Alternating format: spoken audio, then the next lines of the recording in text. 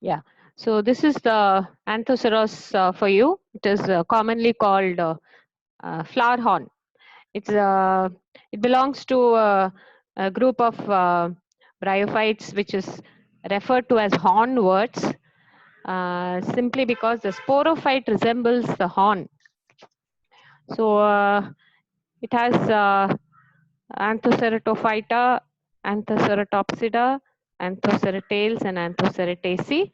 It's a single type genus in this taxon.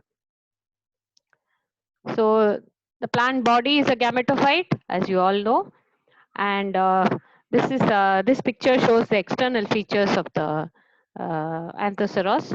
The thalloid, dorsi-ventrally flattened.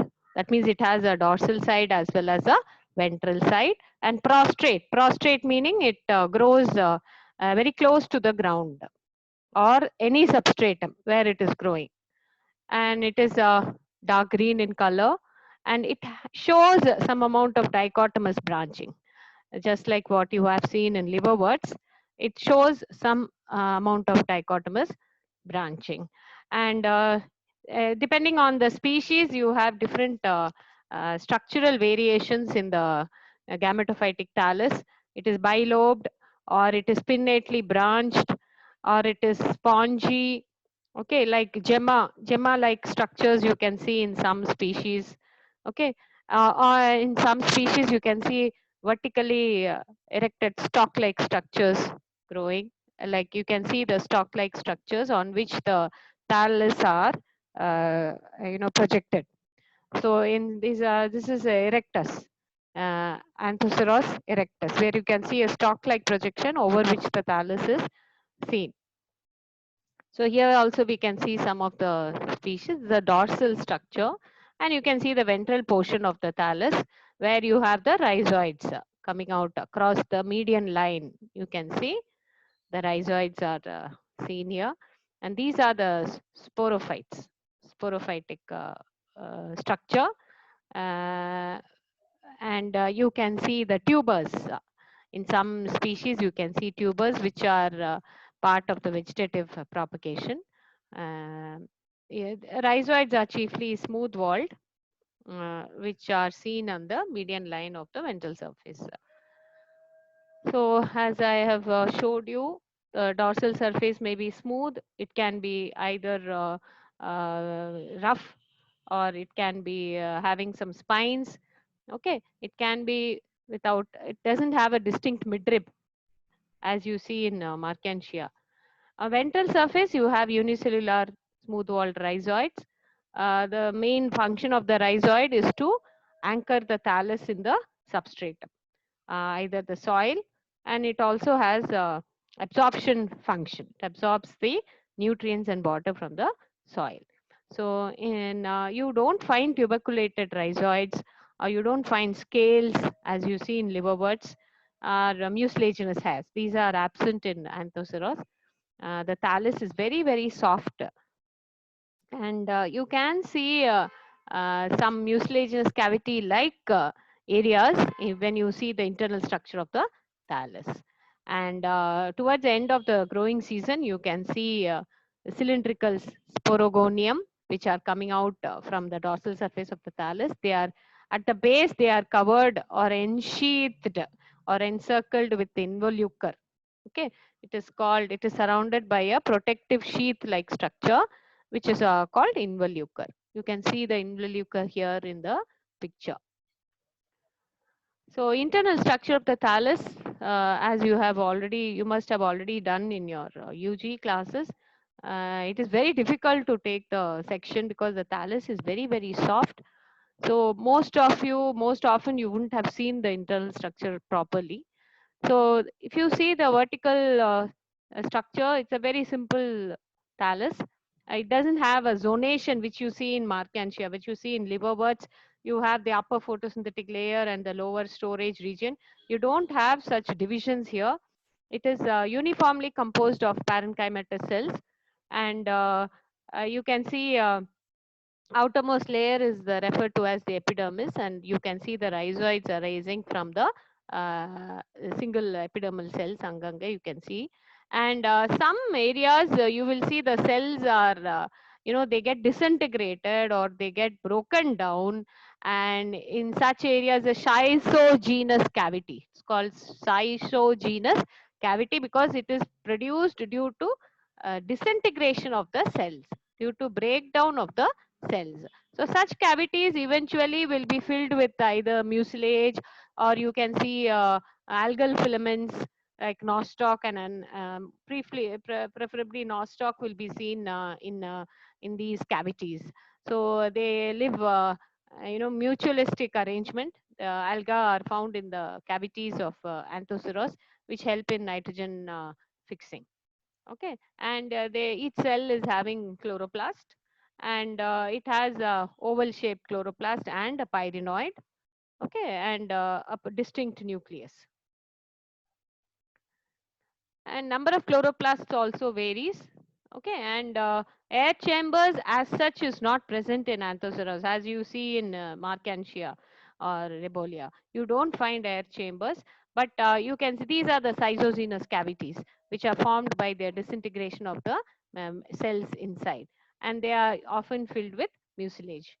Okay, and they resemble guard cells of the stomata. They have a structure similar to the higher plant stoma, which are surrounded by guard cells. You can see the two guard cells, and you have the opening here. It resembles somewhat the structure of the stomata. So they are called slime pores. You can call them, I mean, they are referred to as a uh, slime pore. Even though they resemble the stomata, they have no function of the stoma as such. Okay, and the pores are always open. They are always kept open. And this forms, some are filled with air, sometimes they are filled with nostoc filaments. Okay, and nostoc, they supply nitrogen, and thallus supplies photosynthetic, I mean they supplies carbohydrates to the nostoc. So it's a mutualistic interaction. So this shows you the picture of the internal structure of the thallus. Reproduction is mainly vegetative as well as sexual.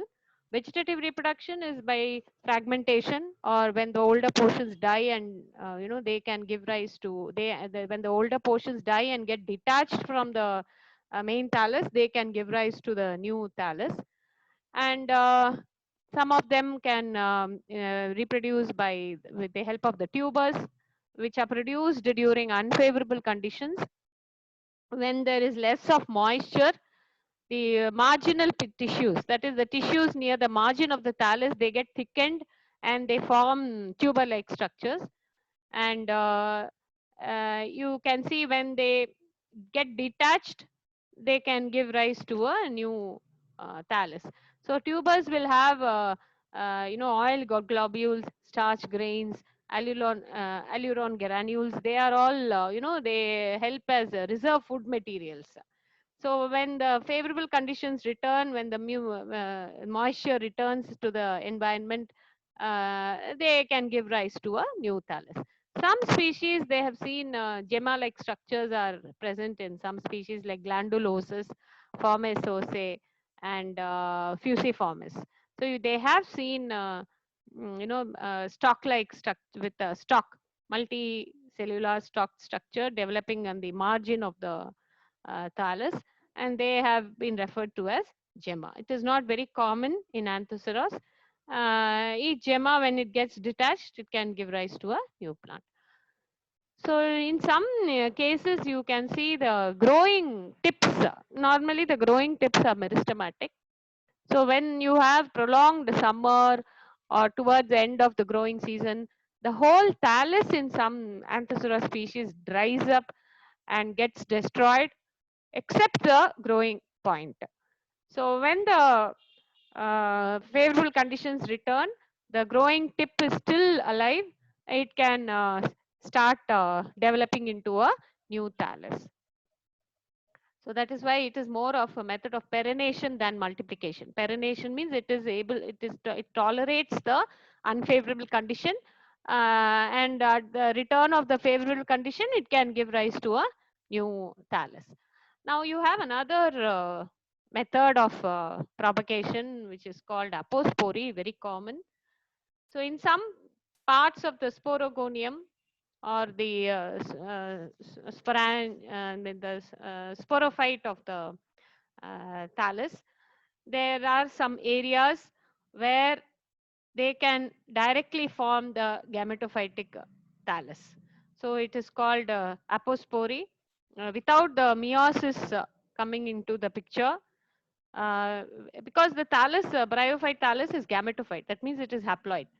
So once a sporogenous sporophyte is produced, inside the sporophyte, a mass of cells called the sporogenous cells, they become the spore mother cell, and the spore mother cells undergoes meiosis to produce the spores. Now these haploid spores only give rise to the gametophytic thallus. So in some species, without this section, without this meiosis taking place, the sporogenous tissue gives rise to the thallus, thalloid body. So either it can be intercalary meristematic region of the sporogenous portion. Okay, the capsule. Actually, the capsule has the sporogenous tissue. So the sporogenous tissue which is diploid, directly it can give rise to the gametophytic thallus. In that condition, the thallus is diploid.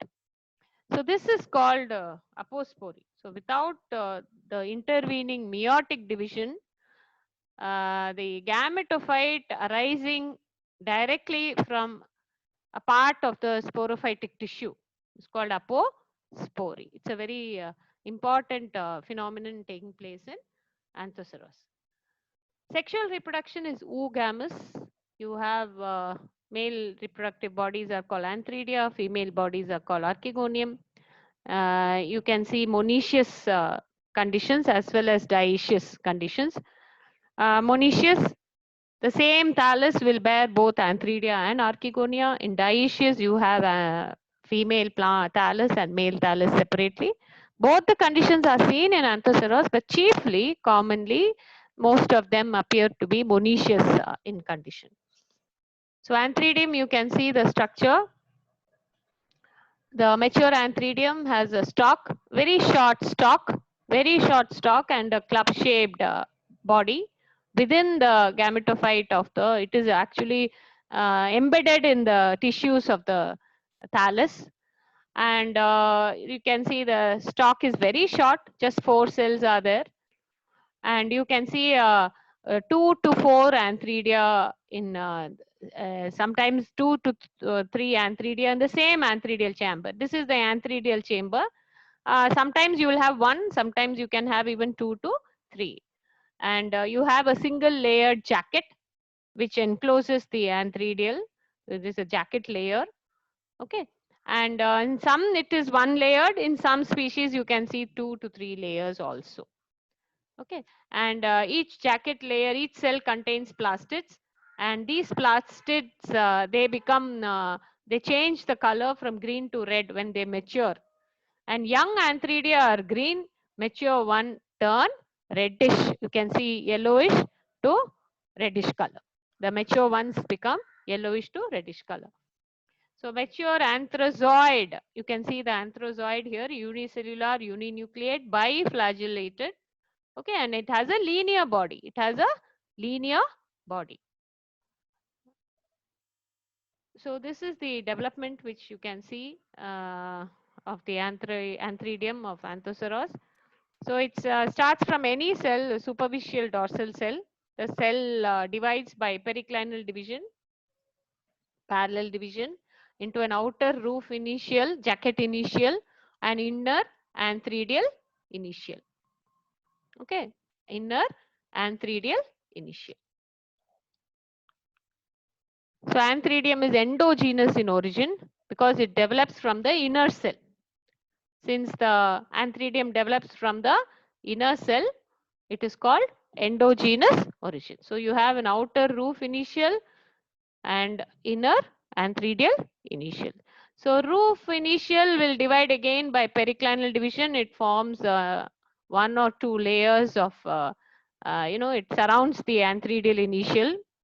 Okay, and the antheridial initial either directly develops into a single antheridium or it can divide into 2 or 3. Okay, that's why I told it has around 2 to 4. Each antheridial chamber may have more than 2 or 3 antheridia. So either the whole antheridial initial forms one antheridium, or it can divide into 2. Okay, vertical division. It can divide into 2 or 3, and each one will develop into one antheridium. So these are the, suppose you have two cells, two antheridia. Each one will divide many number of times, okay, to form club shaped structure.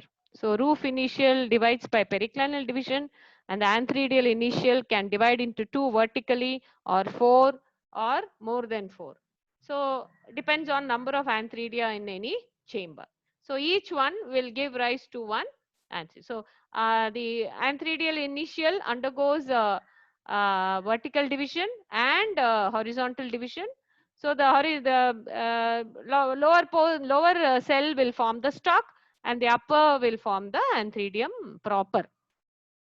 So they undergo both the transverse and horizontal divisions to form what is called the anthrozoid mother cells, or androgonial cells, or androcytes, as you call it. Okay, so this is the outer structure of the antheridia, and these are the anthrozoids. You can see the exact photomicrograph of anthoceros antheridium, which has 4 antheridia, actually at different stages of development. So a mature anthrozoid, you can see the nucleus very, very clearly, very distinct nucleus, and a single layer jacket cell and the stalk portion. So each of the daughter cells functions as antheridial initial, and I had told you all the 4 cells divide by transverse division to form 8, and then you have, they keep on dividing to form the androcyte. So primary androgonial cells. Okay, they divide repeatedly to form a large number of androgonial cells. So protoplast becomes metamorphosized or changes its morphology to form biflagellated anthrozoid. Okay, so you can see mass of androcytes, they get converted to biflagellated androcytes, or sperms, as you call it. So when in the presence of water, the antheridia mature, and the antheridial chamber breaks down and exposing the antheridia in a cup-like chamber. So when the antheridia absorb water, and they just get released as mass of androcytes from the antheridial chamber.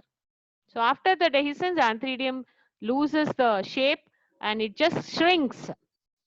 It collapses and it shrinks. Archegonium is again similar to, the development of archegonium is similar to what you see in the antheridium. It also develops under the, upper layer of the thallus on the dorsal surface.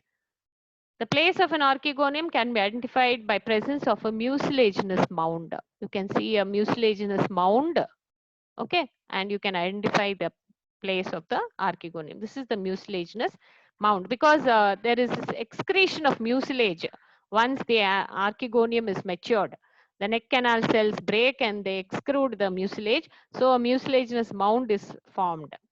Okay, so mature archegonium can be identified by the presence of a mucilaginous mound just above the archegonium.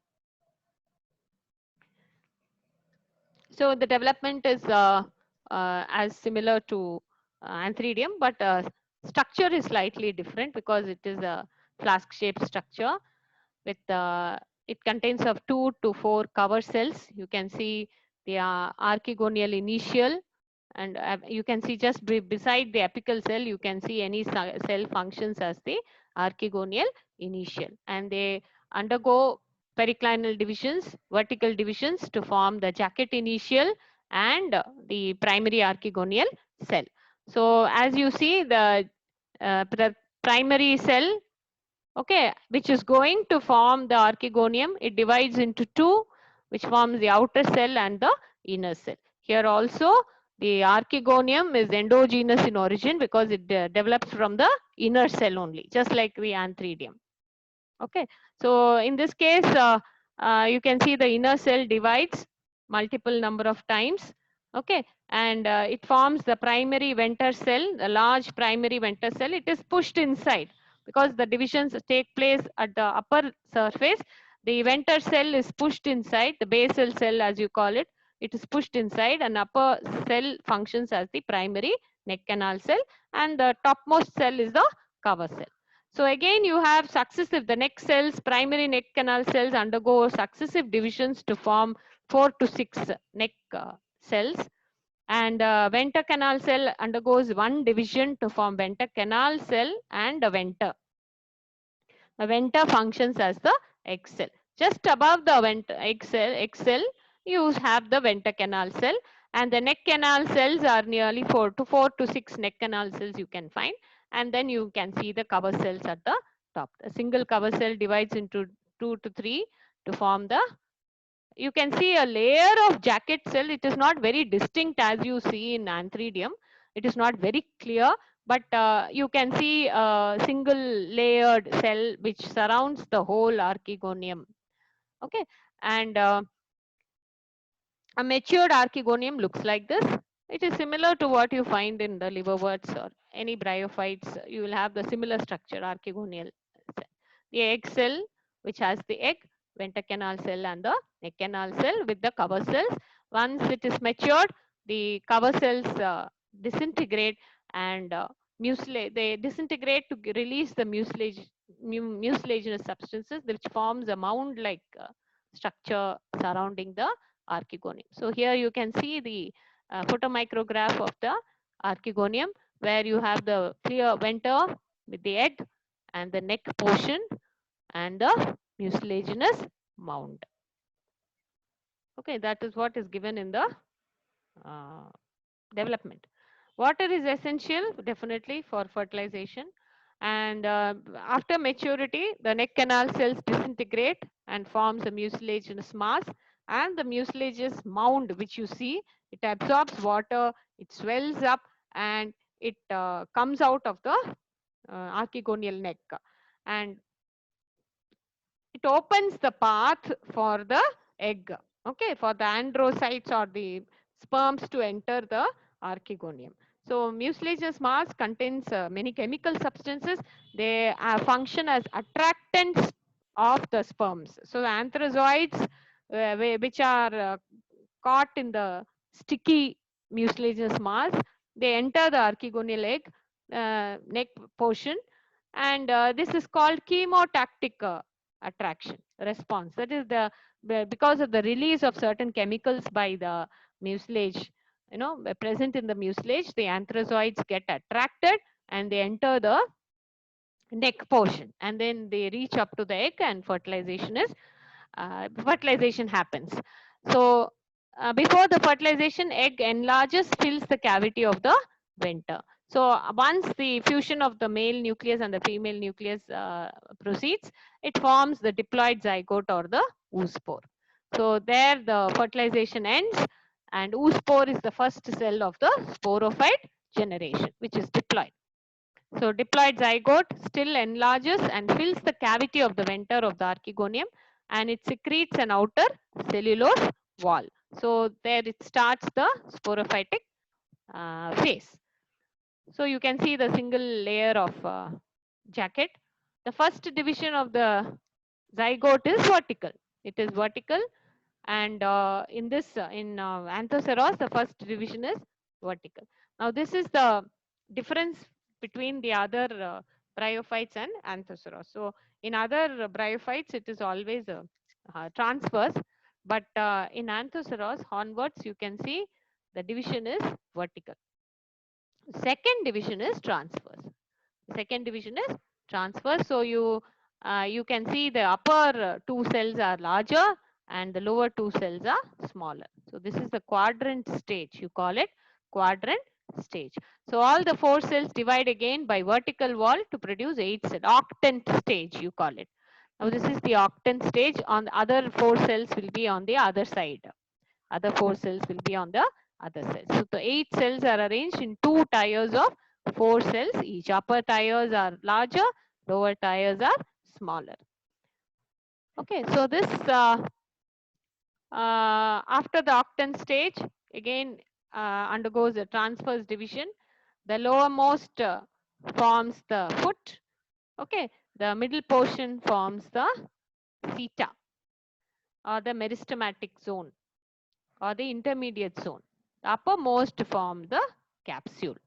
So foot theta capsule is very distinct in anthoceros sporophyte, and they form this is the foot initial, and they undergo multiple divisions to form bulbous foot, which is chiefly made of parenchymatous cells, and the uppermost tier of 4 cells, they form the capsule. The middle portion is the theta, which connects the foot with the capsule, and the capsule proper is formed by the uh, uppermost 2 cells. So you can see the formation.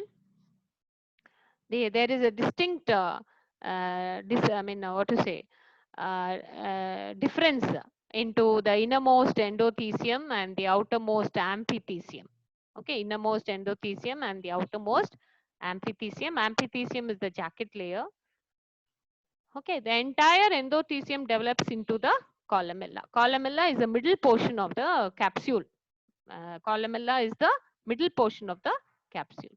So you can see the amphithecium divides to differentiate into outer sterile jacket initial. So young sporophyte, you can see this is the stages of development of the sporophyte. The oospore undergoes a vertical division, octant stage, okay, and then the next stage where you can see the development of foot, okay, and you can see the bulbous foot and the capsule portion. Okay, capsule portion is again when it matures, it differentiates into a jacket initial which encloses the columella. This is a sterile jacket initial is jacket layer is sterile and the columella is fertile. Okay, in some and in you can see the theta, the foot and the capsule. So this is in some it is jacket layer is 1 layer, some it is 2 layered, or some it is 4 layered. So it depends on the species.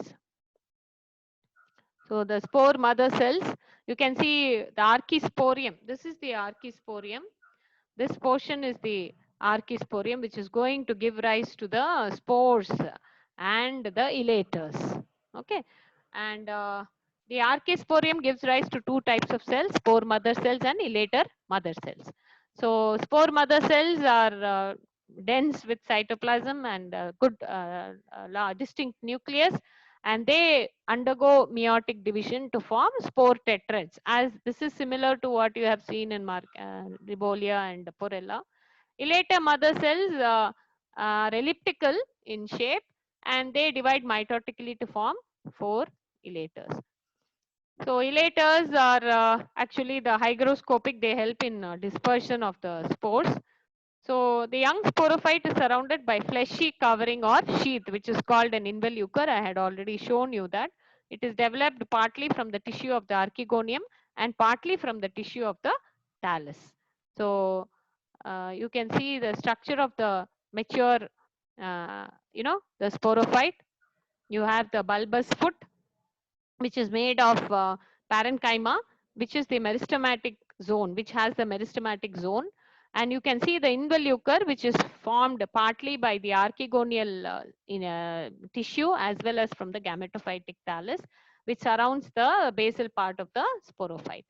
And you can see the theta portion, okay, and the sporogonium or the capsule, okay, which is divided into different parts, the jacket layer and the middle columella portion, and in between you can see the fertile layer, which is called the archisporium. So you can see the outer layer, the inner layer, which is called the columella, and the middle layer, which is the archisporium. So you can see the developmental stages, the immature and the most mature part, where you have the spore formation and the elaters. So the archisporial tissues, they grow distinct. Okay, they circularize, they are ready for meiosis in this picture. And after meiosis, you can see the production of tetrahedral spores, haploid spores, along with the elaters. Now you have both spore mother cells as well as elater mother cells here. So you have the formation of spores and the elaters, and they mature. Okay, towards the tip of the columella, you can see the matured spores and the elaters.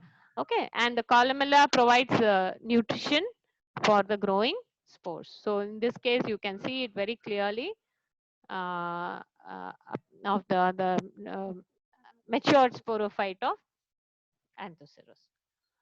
So these are the notes for the internal structure of the mature sporogonium, which looks like a horn.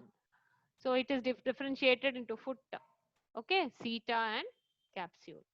So capsule is divided into columella, middle columella, archisporium, which is present between the capsule wall and the columella. So it is it extends from the base to the tip. And you can see capsule wall is 4 to 6 layers. You can see this is the capsule wall. Depends on the species, it can be 4 to, this is the wall, 4 to 6 layers. Okay, and say epidermis is vertically elongated. It contains vertically elongated cells. And dehiscence of the capsule, it dehisces from the apex to the base. Dehisces from the apex to the base. And the capsule matures, its tip becomes brownish or black. And then vertical lines of dehiscence. You can see the vertical lines of dehiscence which are produced at the tip of the capsule. Okay, and they dehisce vertically, and the capsule wall dries up, and narrow slits appear, and the spores are released. See, this is the structure of the spore tetrad, semicircular with conspicuous triradiate mark. You can see the triradiate mark. Each spore is surrounded by wall layers, exine and exospore, and intine, you call it. Ornamented exospore, inner layer is endospore. So under favorable condition, the spores germinate immediately, and in some species they germinate immediately. In some species they have a resting period, and the exospore ruptures due to the absorption of moisture, and the endospore comes out in the form of a germ tube. Endospore comes out in the form of germ tube, and you have the transverse divisions and a vertical division to produce the immature protonema. You can call it a protonema. Upper cell divides, okay, to form a octane stage, just like you saw in development of the sporophyte. You have the octane stage here also, and you can see this is called the sporling. This is called a sporling stage. Octane stage is called a sporling stage. So you have the rhizoids produced by one of the cells of the sporling. As growth proceeds, mucilate slits appear on the lower surface, and they are infected with nostoc. So you can see the pictures here very clearly. Chloroplasts are filled in the developing sporling stage. This is the sporling stage.